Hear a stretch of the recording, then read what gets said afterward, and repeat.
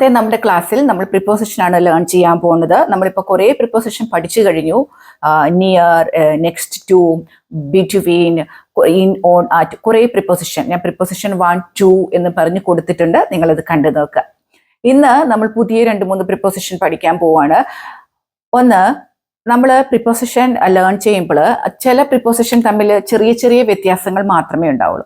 അപ്പൊ ഇന്ന് നമ്മൾ പഠിക്കാൻ പോകുന്ന പ്രിപ്പോസിഷൻ ഒന്ന് ബിറ്റ്വീൻ. ബിറ്റ്വീൻ നമ്മൾ പഠിച്ചു കഴിഞ്ഞതാണ്. എന്താണ് ബിറ്റ്വീൻ? സാധനങ്ങളുടെ ഇടയിൽ വരുന്നതാണ് ബിറ്റ്വീൻ എന്ന് നമ്മൾ പഠിച്ചു.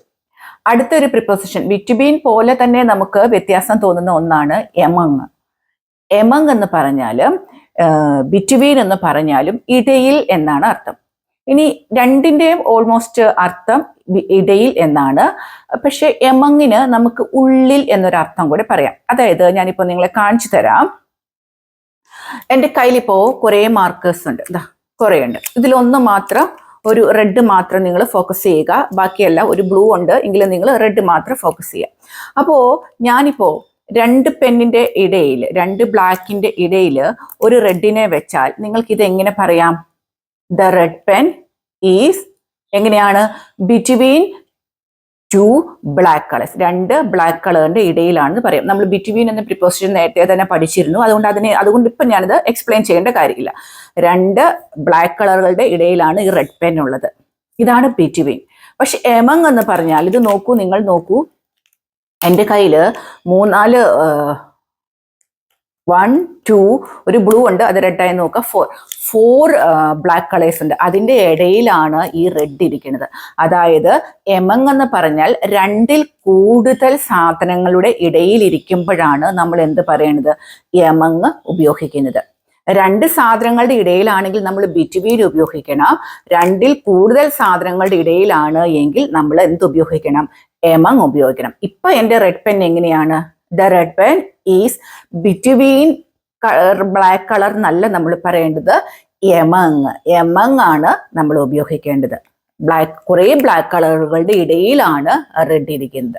കുറേ ബ്ലാക്ക് കളർ. എമങ് നമ്മൾ ഉപയോഗിക്കേണ്ടത് 1ൽ കൂടുതൽ സാധനങ്ങളുടെ ഇടയിൽ ഇരിക്കുമ്പോഴാണ് നമ്മൾ എമങ് ഉപയോഗിക്കുന്നത്. എല്ലാവർക്കും മാറിപ്പോണ ഒരു കാര്യമാണ്. ഇനി നിങ്ങൾ തെറ്റിക്കരുത്. എമങ് നമ്മൾ ഉപയോഗിക്കേണ്ടത് 1ൽ കൂടുതൽ സാധനങ്ങളുടെ ഇടയിൽ ഇരിക്കുമ്പോഴാണ് എമങ് ഉപയോഗിക്കുന്നത്. I am waiting between 2 shops. അല്ലെ, ഞാൻ 2 ഷോപ്പുകളുടെ ഇടയിലാണ് വെയിറ്റ് ചെയ്തത്. ഇനി ഞാൻ പറയാണ് കുറേ ഷോപ്പുകളുടെ ഇടയിലാണ് വെയിറ്റ് ചെയ്യുന്നതെങ്കിൽ നമുക്ക് എങ്ങനെ പറയാം? I am waiting between these shops എന്നാണോ? ബിറ്റ്വീൻ ഷോപ്സ് എന്നാണോ? നമുക്കൊന്നും പറയാൻ പറ്റില്ല. കുറേ ഷോപ്പുകളുടെ ഇടയിലാണെങ്കിൽ നമുക്ക് എമങ് ഷോപ്സ് എന്ന് പറയണം. കുറേ ഷോപ്പുകളുടെ ഇടയിലാണ് വെയിറ്റ് ചെയ്തുകൊണ്ടിരിക്കുകയാണെന്ന് പറയേണ്ടത്. അപ്പൊ നിങ്ങൾക്ക് മനസ്സിലായല്ലോ.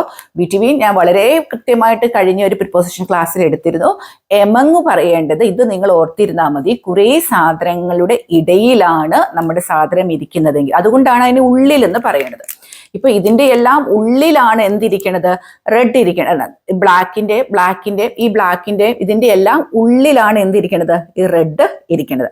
അതുകൊണ്ട് ഇതിന്റെ എല്ലാം ഉള്ളിലായത് കൊണ്ടാണ് നമ്മളിവിടെ എമങ് എന്ന് പറയുന്ന പ്രിപ്പോസിഷൻ ഉപയോഗിച്ചത്. മനസ്സിലായല്ലോ. അടുത്തൊരു പ്രിപ്പോസിഷൻ ആണ് എലോങ്. എലോങ് എങ്ങനെയാണ്? എലോങ് ആൻഡ് എക്രോസ്, ഇത് തമ്മിൽ നമുക്ക് വീണ്ടും ഒന്ന് മാറിപ്പോകുന്ന ഒരു കാര്യമാണ്. എക്രോസ് എന്താണ്? നമ്മൾ പ്രിപ്പോസിഷനിൽ പഠിച്ചിട്ടുണ്ടായിരുന്നു. എക്രോസ് എന്താണ്? നമ്മൾ ഓപ്പോസിറ്റ് എന്ന് പറയും, അല്ലെ? ഒരു റോഡ് ക്രോസ് ചെയ്ത് അപ്പുറത്തുള്ളത്. അതിനെക്കുറിച്ച് വളരെ കൃത്യമായി ഞാൻ പറഞ്ഞു തന്നിരുന്നു. നമ്മൾ എടുത്തുപോയ പ്രിപ്പോസിഷന്റെ ക്ലാസ്സുകൾ കേൾക്കുക കേട്ടോ. അപ്പോൾ എക്രോസ്. ഇനി നമ്മൾ പറയുന്നത് എലോങ്ങിനെ കുറിച്ചാണ്. എലോങ് എന്ന് പറഞ്ഞാൽ ലോങ്. അത് വെച്ച് നിങ്ങൾ ഓർത്തിരുന്നാൽ മതി. എലോങ്ങിന്റെ ഈ എ അങ്ങ് കളയുക, ലോങ്. അതായത് എലോങ് എന്ന് പറഞ്ഞാൽ 2 വരകളുടെ നടുക്ക്, നേർരേഖ എന്ന് പറയും. അതായത് ഇപ്പൊ നമ്മൾ ഫോർ എക്സാമ്പിൾ ആയിട്ട് എടുക്കുകയാണെങ്കിൽ നമ്മുടെ റോഡ് നേർരേഖയാണെന്ന് നമ്മൾ പറയുമെങ്കിലും നേരെയുള്ള വരയല്ല. അതിന് വളവുണ്ട്, ജംഗ്ഷൻസ് ഉണ്ട്, എല്ലാം ഉണ്ട് റോഡുകൾക്ക്, അല്ലെ? പക്ഷെ നമ്മുടെ ഒരു കൺസെപ്റ്റിൽ എന്താണ്? അത് ഒരു നേർരേഖയാണ്, നേരെ പോകുന്നതാണ്. അതാണ് നമ്മൾ എന്ത് പറയണത്? Along the road. അതേപോലെ എലോങ് ദ ബീച്ച് എന്ന് പറയാം. ബീച്ച് എന്ന് പറഞ്ഞാൽ ബീച്ച് എന്ന് പറയുന്നത് ഇങ്ങനെ കിടക്കുകയാണ്, അല്ലെ? നമുക്കിങ്ങനെ നോക്കത്താ ദൂരത്തോളം ബീച്ച് ഇങ്ങനെ കിടക്കുകയാണ്, നേരെ ഇങ്ങനെ കിടക്കുകയാണ്. അതുകൊണ്ട് നമ്മൾ അതിനെ എലോങ് ദ ബീച്ച് എന്ന് പറയുന്നു.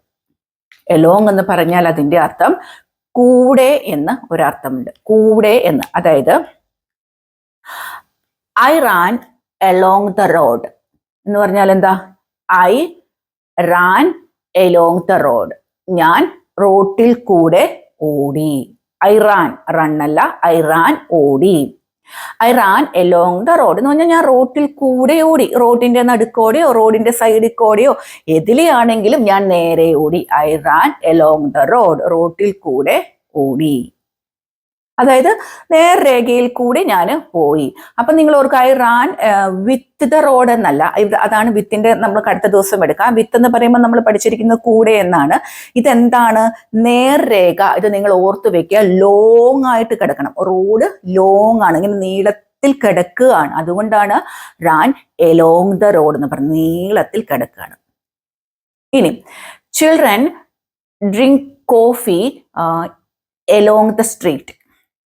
സ്ട്രീറ്റ് എന്താണ്? നമുക്കറിയാം, കുറെ കടകളും അതും ഇതുമൊക്കെയുള്ള ഒരു പ്രദേശം. അതിങ്ങനെ കിടക്കുകയാണ്, നീളത്തിൽ കിടക്കുകയാണ് അതിങ്ങനെ. അതുകൊണ്ട് നമുക്ക് പറയാം children drink coffee along the street. സ്ട്രീറ്റിൽ കുട്ടികൾ ചായ കുടിക്കുന്നു, കോഫി കുടിക്കുന്നു, കാപ്പി കുടിക്കുന്നു. അപ്പോൾ എന്താണ് അവിടെ? നിങ്ങൾ ഓർക്കും വിത്തല്ല, ഞാൻ വിത്തിന്റെ പ്രിപ്പോസിഷൻ അടുത്ത ദിവസം എടുക്കാം. നിങ്ങൾ ഇത്ര ഓർത്തിരുന്നാൽ മതി. എലോങ് എന്ന് പറഞ്ഞാൽ അത് നേരെ പോകുന്ന ഒരു റോഡിന്റെയോ അല്ലെങ്കിൽ ഒരു ബീച്ചിന്റെയോ അതല്ലെങ്കിൽ ഇപ്പൊ ഞാൻ പറഞ്ഞ പോലെ എന്തെങ്കിലും ഒരു സ്ട്രീറ്റിന്റെയോ നേരെയുള്ളതിന്റെ അതിന്റെ കൂടെ അല്ലെങ്കിൽ അതിന്റെ സൈഡിൽ എന്നൊക്കെ പറയാനാണ് നമ്മൾ എന്ത് ഉപയോഗിക്കേണ്ടത്? എലോങ് ഉപയോഗിക്കുന്നത്. അപ്പൊ ലോങ്, നീളത്തിലുള്ളത് നമ്മളിങ്ങനെ ഓർക്കുക. അപ്പൊ എക്രോസ് എന്തായിരുന്നു? റോഡിന്റെ കുറുകെ, കുറുകെ. എലോങ് എന്താണ്? നേരെ. വ്യത്യാസം മനസ്സിലായല്ലോ? ബിറ്റ്വീൻ എന്താണ്? രണ്ട് സാധനങ്ങളുടെ ഇടയിൽ. എമങ് എന്താണ്? കുറെ സാധനങ്ങളുടെ ഇടയിൽ. ഇനി അടുത്തൊരു പ്രിപ്പോസിഷനാണ് ബൈ. By, until. ബൈ എന്ന് പറഞ്ഞാല് ഉള്ളിൽ. ഇപ്പൊ ഞാൻ എക്സാമ്പിൾ പറയുമ്പോൾ നിങ്ങൾക്ക് മനസ്സിലാവും. ബൈ എന്ന് പറഞ്ഞാൽ ഉള്ളിൽ, അണ്ടിൽ എന്ന് പറഞ്ഞാൽ വരെ എന്നുമാണ് അർത്ഥം. അപ്പോ by. She will be coming by 5 PM. She will be coming by 5 PM. 5 PM അവൾ വരുമായിരിക്കും. വിൽ ബിയുടെ ഉപയോഗമൊക്കെ നമുക്കറിയാം. She will be coming by 5 PM. കൃത്യം 5 PM വരുമെന്നല്ല നമ്മൾ പറഞ്ഞത്. കൃത്യം 5 മണിക്ക് വരുമെന്നല്ല നമ്മൾ പറഞ്ഞത്. എന്താണ്? 5 മണിക്കുള്ളിൽ. അതാണ് നമ്മൾ ബൈ എന്ന് പറയുന്നത്. ഉള്ളിൽ, 5 മണിക്കുള്ളിൽ അവള് വരുമായിരിക്കും. She will be coming by 5 PM. ഇനി നെക്സ്റ്റ് ഒരു സെന്റൻസ് ആണ് എങ്കിൽ she will take the class until 5 PM. എന്താണ്? She will take the class until 5 PM. 5 മണി വരെ അവൾ ക്ലാസ് എടുക്കും. She will take the class until 5 PM. 5 മണി വരെ അവൾ ക്ലാസ് എടുക്കും. അപ്പൊ ബൈ 5 PM എന്ന് പറഞ്ഞാൽ 5 മണിക്കുള്ളിൽ. അണ്ടിൽ 5 PM എന്ന് പറഞ്ഞാൽ എന്താണ്? 5 മണി വരെ. അപ്പൊ ആ വ്യത്യാസം നിങ്ങൾക്ക് മനസ്സിലായല്ലോ? ബൈ എന്ന് പറഞ്ഞാല് ഉള്ളിൽ എന്നൊരർത്ഥം. ബൈക്ക് ഒത്തിരി അർത്ഥങ്ങളുണ്ട്. ഇവിടെ നമ്മൾ ഈ പ്രിപ്പോസിഷനിൽ നമ്മൾ ഉപയോഗിക്കുന്നത് ബൈ ഉള്ളിൽ, ബൈ 5 PM അല്ലെങ്കിൽ ബൈ 4 AM. ഇനി ഏതെങ്കിലും ഒരു ബൈ മോർണിംഗ്, രാവിലേക്കുള്ളിൽ നീ അത് ചെയ്ത് തീർക്കണം അന്ന് നമ്മൾ പറയില്ല. അതായത് ഉള്ളിൽ, ആ സമയത്തിനുള്ളിൽ. അതായത് ഒരു ഫ്യൂച്ചർ ആണത്.